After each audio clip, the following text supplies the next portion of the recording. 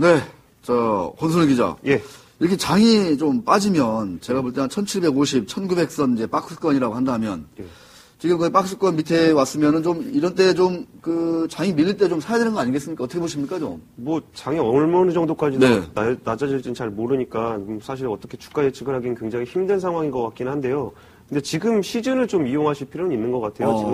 지금 12월 중순이 넘어가고 있는데 이제 한 열흘만 더 투자를 하시면 배당을 받을 수가 있습니다. 배당주 투자 같은 경우는 보통 증권방송에서 많이 얘기하지 않는 경우가 좀 대부분인데 워낙 변동성도 적고 좀 시세 차익으로 좀 재미를 보기 힘든 종목들인데요. 네. 아무래도 기고만장 기자실에서는 좀 자산주라든지 가치주를 많이 얘기를 하다 보니까 지금 배당주도 많이 소개를 했던 것 같은데 유 반장님, 배당주 네. 중에는 어떤 것 좀 많이 소개하셨었어요? 배당주 중에서요. 네, 기업을 좀 많이 더듬어야 될 것 같은데 얼마 전에 무림페이프 한번 했었고. 아, 예. 2,000원 주가에 200원 배당. 예, 여기 지금 2,800원이니까 200원이면 뭐 시가로 수익률이 2,800분의 200이면 얼마입니까? 이게 대충 한 7, 8% 7, 8% 나오는 거죠. 예. 그 다음에 이 한국 프렌지도 500원 이상 준다고 하거든요. 이것도 지금 한 12,000원 하니까 상당히 좀 배당이 되고. 예. 그 외에 얘기했던 많은 그 주식들이 배당을 줍니다. 예. 제가 얘기한 기업들은 다 배당을 주고 있습니다. 그렇죠. 얼마 전에도 되게 배당 많이 주는 회사를 소개한 적이 있었는데 기억이 안 납니다. 네, 오늘 뭐 제가 좀 이따 소개해드릴 종목 중에 하나인 외환은행. 배당 참 많이 했었는데 올해는 좀 알겠습니다. 힘들 것 같긴 하네요. 자, 오늘은 이 현대약품에 대해서 잠깐 한번 좀 이 회사를 왜 우리가 주목해야 되는지 한번 좀 들여다보도록 하겠습니다. 많은 분들이 이 현대약품에 손을 댔다가 손실을 많이 입었습니다. 예. 현대약품의 장기 차트를 한번 보시면 이 회사가 얼마나 사람들을 애타게 했는지가 보입니다. 힘드네요. 네, 이게 지금 슈퍼개미가 그렇게 공격을 해도 주가가 요지부동. 그 다음에 뭐 이런저런 기관 투자가들이 신용자산 운용이죠. 월봉월좌 띄워놓으면 그러니까 2008년부터 꼭지 찍고 계속 내려오고 있습니다. 지수하고 별로 상관없네요. 그렇습니다. 그냥 이렇게 완전히 딱 크게 볼 때 산 하나 크게 그렸는데, 자, 현대약품 하면 많은 분들은 슈퍼개미라고 불렸던 박성득 씨를 생각할 겁니다. 전업 투자자로서 2000년부터 2010년까지 6년간 무려 현대약품을 투자했습니다. 열심히 공격도 하고 공시도 많이 하고 언론 플레이도 많이 하고 했습니다. 한때 지분이 20%. 그러나 이 회사 주가는 2008년 이후 리먼 브러스 파산과 함께 어이된 일인지 그대로 원위치하고 말았습니다. 이 과정에서 이 박성득 씨는 증권금융으로부터 담보대출도 받고 해가지고 차입금도 많이 썼거든요. 그러면서 많은 지분을 다 손절매했습니다. 결국은 더 이상은 공시를 찾아보기 힘듭니다. 이분의 존재감을 찾아보기 힘들어요. 현대약품이 한 슈퍼개미를 시장에서 아웃시켰습니다. 대단한 회사입니다. 정말 무거운 회사네요. 그렇습니다.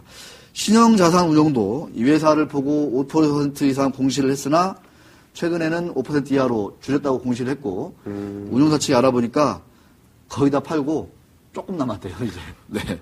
역시 손절매를 하고 말았습니다. 이 제약주 하면은 내년에 이제 약가 인하가 되죠. 18% 정도 평균. 리베이트 단속도 심합니다. 그래서 지금 한겨울이다. 내년에 웬만한 제약사들은 영업 적자가 날 수도 있다. 특히 상장되지 않은 제약사들은 대부분 펀더멘털 체력이 약하잖아요. 존립 근거를 이룰 수도 있다. 기반을 이룰 수도 있다라고 얘기가 나올 정도로 이 약가 인하는 파괴력이 큽니다. 이 얘기는 뭐냐면 상장된 제약사들한테는 하나의 기회가 될 수 있다는 거죠. 그 수백 개의 지금 수천 개 제약사가 있는데 여기서 많은 제약사가 도태되고 나면 역시 적자생존 아니겠습니까? 살아남은 제약사들이 다 먹습니다. 이게 뭐 참고로 잠깐 말씀드리면 현대약품 일반적으로 잘 모르실 수도 있어가지고 좀 뭐 대표적인 상품 미에로아이바 하는 그렇죠. 그다음에 버물리. 버물리. 참 주위에서 많이 볼 수 있는 데면은 참 매출도 어느 정도 될 텐데. 네. 그다음에 저는 잘 모르는데 여성분들한테 마이녹실은 좀 이렇게 나름대로 대중적으로 알려졌다고 하더라고요. 여자한테 참 좋은 제품. 그다음에 어떻게 버물리 하면 현대약품입니다. 버물리. 그런데 그 5년 전부터 이 회사는 신약 투자를 늘렸습니다. 신약 투자. 그래서 그러면 원래 신약 투자하면 5년 정도 지나면 이제 성과가 나는 게 좀 일반적이다고 하거든요. 예. 하다못해 임상 승인이라도 난다는 거죠. 그래서 뭔가 나오지 않을까? 제가 물어봤더니 아직 가시화된 게 없다. 당연히 내년이 아니니까 가시화된 게 없죠. 근데 내년에 뭔가 성과가 날 수도 있다라는 얘기가 업계에서 들립니다. 이런 얘기는 미리 얘기 안 나오죠. 그렇죠. 네, 그렇습니다. 자, 또 하나의 투자의 상식 중에 하나는 뭐냐면 남들이 다 버린 주식을 사라. 예. 그 회사가 멀쩡하다면. 그렇죠. 네, 그런 얘기 있습니다. 05년부터 랠리를 시작했는데 08년에 정점 찍고 다시 2011년에 원위치했습니다. 큰 산이 그랬습니다. 월봉을 보면 큰 산. 네. 자, 지금의 이후에 주가 방향은 어떻게 될지 한번 같이 뜯어보는 것도 좋을 것 같습니다. 자, 최근에 움직이고 있는 삼화제약하고 함께 표를 통해서 우리 권순우 기자가 잘 비교해 주실 것 같습니다. 한번 보시죠. 네.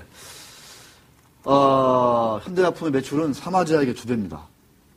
예, 그러네요. 네. 한번 좀 뜯어봐 주시죠. 근데 영업이익은 이렇게 뭐 삼화제약보다 좀 많이 떨어지고 순이익 측면에서 좀 굉장히 많이 차이가 나네요. 네, 그렇습니다. 배당도 그렇고. 아직은 매출이 2배인데 수익성이 떨어집니다. 예, 뭐 뭔가 투자가 많이 진행이 되고 있는. 저희 투자도 투자인데 뭐가 있나 봤더니 예. 아직 그 회장님의 지분이 예. 상무님한테 안 넘어갔어요, 아직.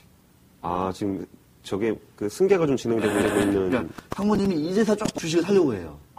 이 현대약품의 경우. 그런 부분이 좀 있더라고요.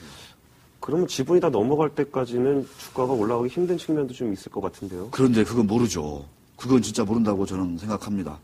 왜냐하면 워낙 이게 지금 저 PBR 예, PBR 뭐 0.3배. 네. 예. 이것도 이제 0.3인데 배당도 하거든요. 이 삼화제약도 배당합니다, 이거. 이것도 배당주예요. 지금 삼화제약 6,000원에 지금 200원 배당하거든요. 근데 현대약품은 얼마 주가가 지금 얼마죠? 현대약품이? 1,200원, 1,300원 그쯤 하는 것 같은데. 네, 뭐 그래도 뭐 한 50원 하니까 예. 배당하거든요. 예. PBR 0.3에다가 근데 이익이 너무 작잖아요. 예. 저게 더 빠질 가능성은 별로 없어 보여요. 더 빠지면은 심각해지겠죠. 네, 그렇습니다. 그래서 무언가 이제 아드님한테, 상무님한테 이제 지분이 좀 넘어가야 될 텐데, 예. 워낙 오랫동안 지금 빠졌기 때문에 더 빠질 가능성은 그렇게 높지는 않다. 그리고 아직 회장님이, 좀 정정하세요. 연세가 아직은 이렇게 많지 않습니다. 제가 좀 약간 좀 이렇게, 알았었는데, 연세를. 뭐 잠깐 짬을 내서 네. 승계되는 종목들 잠깐 이렇게 얘기를 해드리면 어떤 구조냐면요. 대주주가 이제 자기 아들에게 승계를 해주려고 하면은 주가가 비싸면 양도세를 많이 내야 돼요. 네. 그리고 주가를 그러니까 의도적으로는 아니겠지만 상승시킬 어떤 의지가 좀 약한 경우가 많거든요. 그게 이제 이심전심이죠. 그렇죠. 이왕이면 좀 세금 적게 내고 승계를 하고 싶은 게 어떤 그 아버지의 마음인데 그 아버지의 마음을 회사의 경영진들은 잘 압니다.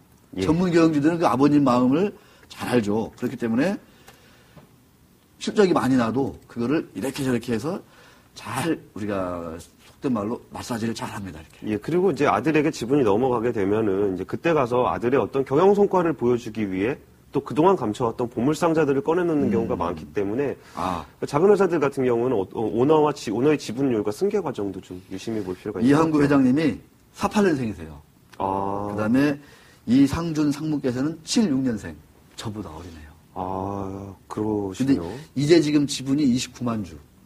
아주 적어요. 지분율이, 상무님 지분율이 저보다는 당연히 많죠. 그렇죠. 그렇죠. 우리 이한구 회장님이 가지고 있는 지분이 550만 주인데, 예. 그게 아직 안 넘어갔습니다. 29만 주 정도면은 그 아드님과 같이 투자한다는 마음으로 사도 괜찮겠네요. 그렇죠. 바로 그거죠. 예. 장기 투자해야 되는 거죠. 알겠습니다.